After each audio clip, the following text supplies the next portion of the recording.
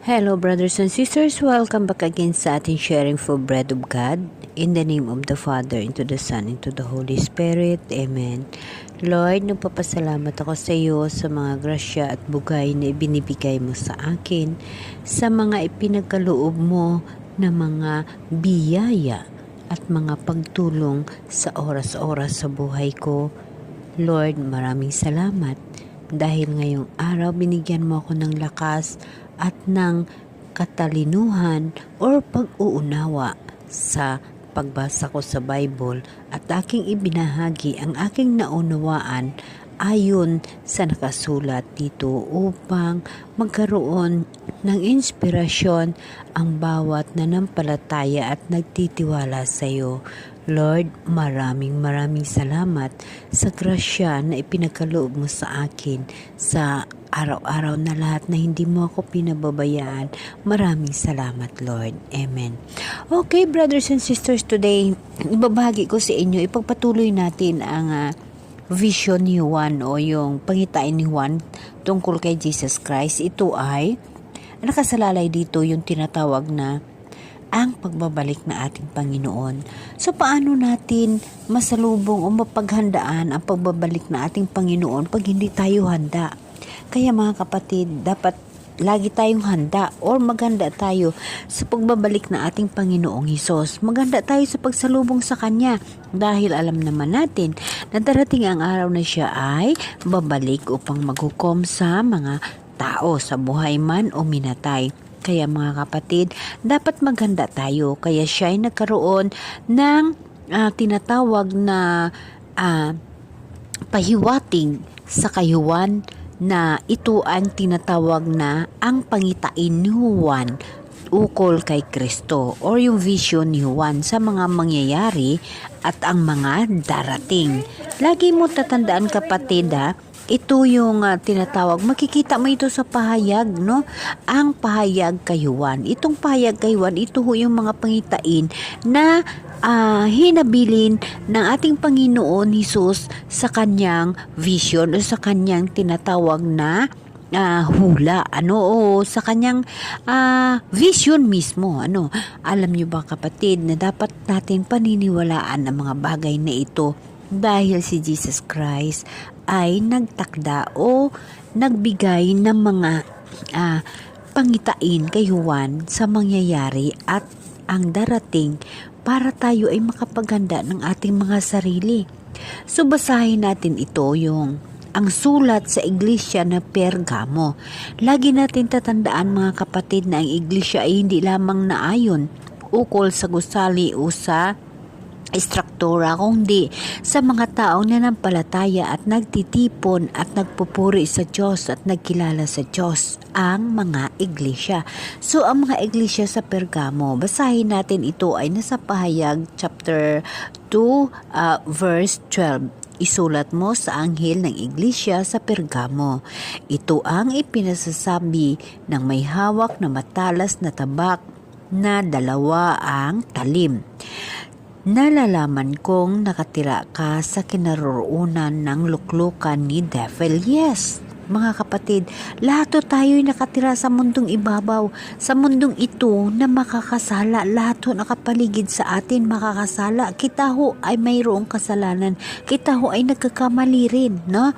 Ngunit, ganun pa man, lagi nating tatandaan na hindi ang Diyos tumitingin sa ating mga pagkakamali. Ang kailangan natin magbago at manumbalik sa Kanya. So, ipagpatuloy natin, ganun man, nananatili kang tapat sa akin. Hindi mo itinalikdan ang iyong pananalig sa akin. Kahit noon si Antipas na tapat kong lingkod ay patayin diyan sa bayan mong tinitirhan ni Devil. Yes, brothers and sisters, mayroon ho tayong mga tinatawag na mga leaders sa simbahan. Yun ho ang mga anghel na pinadala ng Diyos upang magturo ho sa atin. Kay pastor ka man, kay pari ka, kay presidente ka, kay anuman ang obligasyon mo sa Temple of Community, kayo ay mga anghel na ibinigay ng Diyos upang magturo sa amin.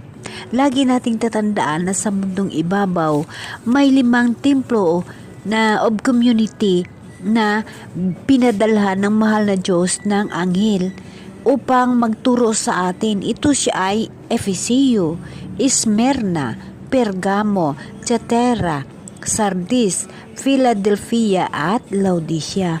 So mga kapatid, sa aking pag-uunawa dito sa mundong ibabaw, may 5 temple of community na kumbaga binigyan ng mahal ng Diyos ng anghel na tagapagsalita upang ituturo sa atin ang mga bagay upang tayo ay magkaroon ng kaliwanagan, magkaroon ng gabay upang makapaghanda sa pagsalubong sa mahal na Diyos.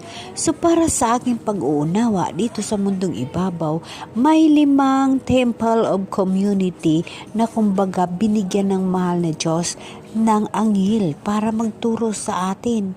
Kaya nga mga kapatid, huwag nating isipin na ang temple of community ay tinatawag na pag-aawayan dahil sa mga simbahan. Huwag kapatid, kasi hindi naman ho yan sa atin makaligtas.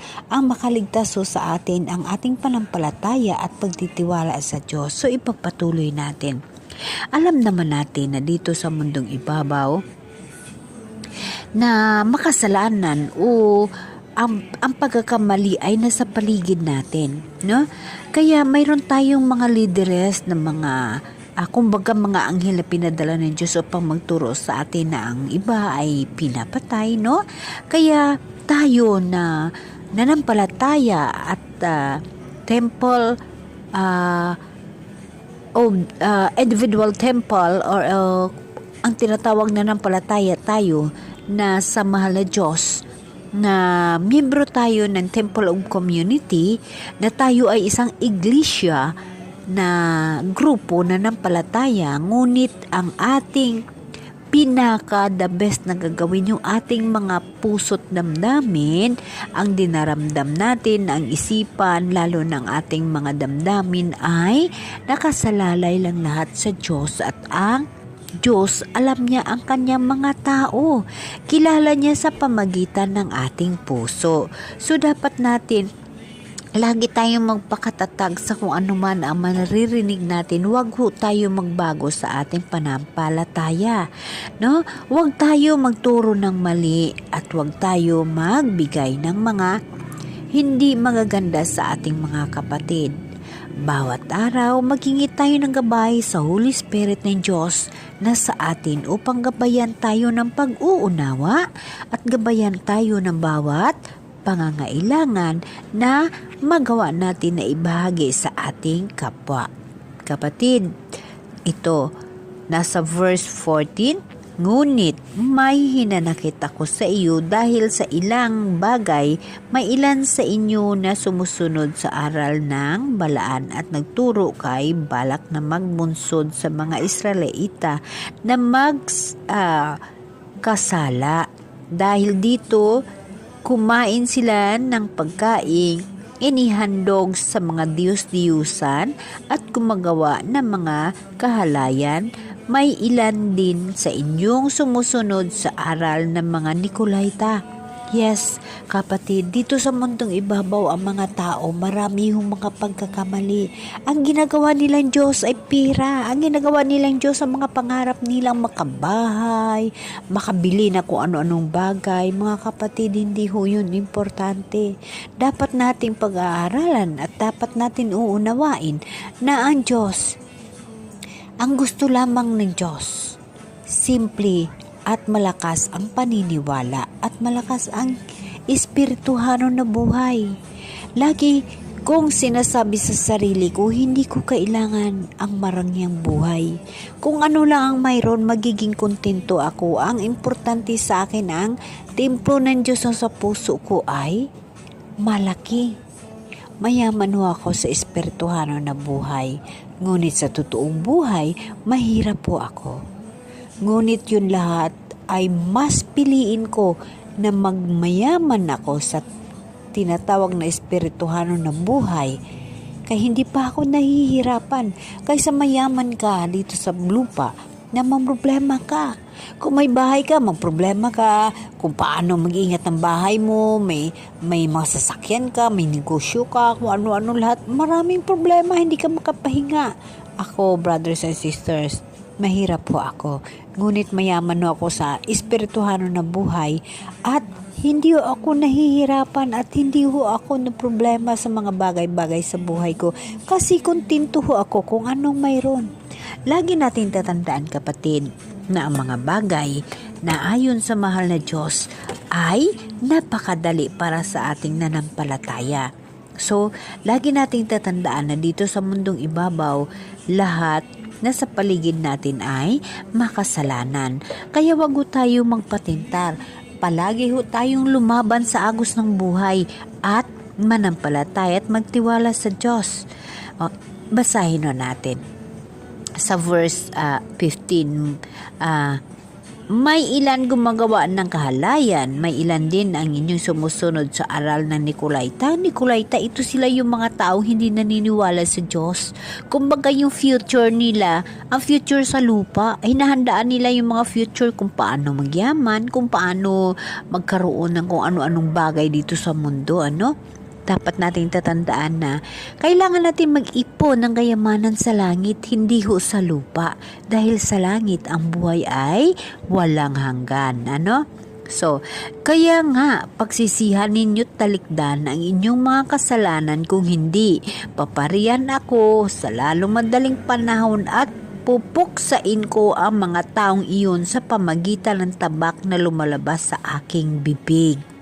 Kapatid, lagi nating tatandaan na mayroong mga bagay na magugulat ka lamang na namatay na siya or may nangyari sa kanya. So kapatid, pag hindi ka handa, kag ikaw ay na kinuha na ng mahal na Diyos ang buhay mo, ay paano ka magkaroon ng buhay na walang hanggan kasi hindi ka nakahanda? So kailangan lagi kang maghanda. Huwag mong antayin na ang galit ng mahal na Diyos ay lumabas at ranas sa iyo. Kapatid, magbago tayo. Sa verse 17, kung may pandinig kayo, dinggin ninyo ang sinasabi ng Espiritu sa mga iglesia. Yes, kapatid. Tayo ay isang iglesia na nampalataya sa mahal na Diyos. Tayo ay individual na iglesia na nampalataya at nagtitiwala sa Diyos. Ang Espiritu Santo ng Diyos ay nandito sa puso natin. Sundin natin ang mga bagay na itinuturo sa atin ng ating mga leader sa Temple of Community. Lagi nating tatandaan na dito sa mundo ay mayroon Temple of Community na yun ang binigyan ng mahal na Diyos ng mga anghel, ng mga leader na magturo sa atin upang magkaroon tayo ng liwanag. Mga kapatid, laging tatandaan na ang Temple of Community hindi makaligtas sa atin kundi ang kaliwanagan sa puso't damdamin natin na mula sa Diyos. Ngunit may binigay ang Diyos ng anghel sa pitong Temple of Community. So, ibig sabihin, dito sa mundong ibabaw, may 7 Temple of Community na pinadalhan ng Diyos ng liwanag ng anghel upang magturo sa atin. So, mga kapatid, lagi nating tatandaan na ang Diyos nasa puso mo, nasa puso ko, nasa puso nating lahat. Sundin natin ang lahat ng mga bagay ayon sa kagustuhan ng Diyos. Paano? Humingi tayo ng gabay. Humingi tayo ng tulong mula sa mahal na Diyos. Amen? Amen. Kapatid, hindi pa ang huli ang lahat.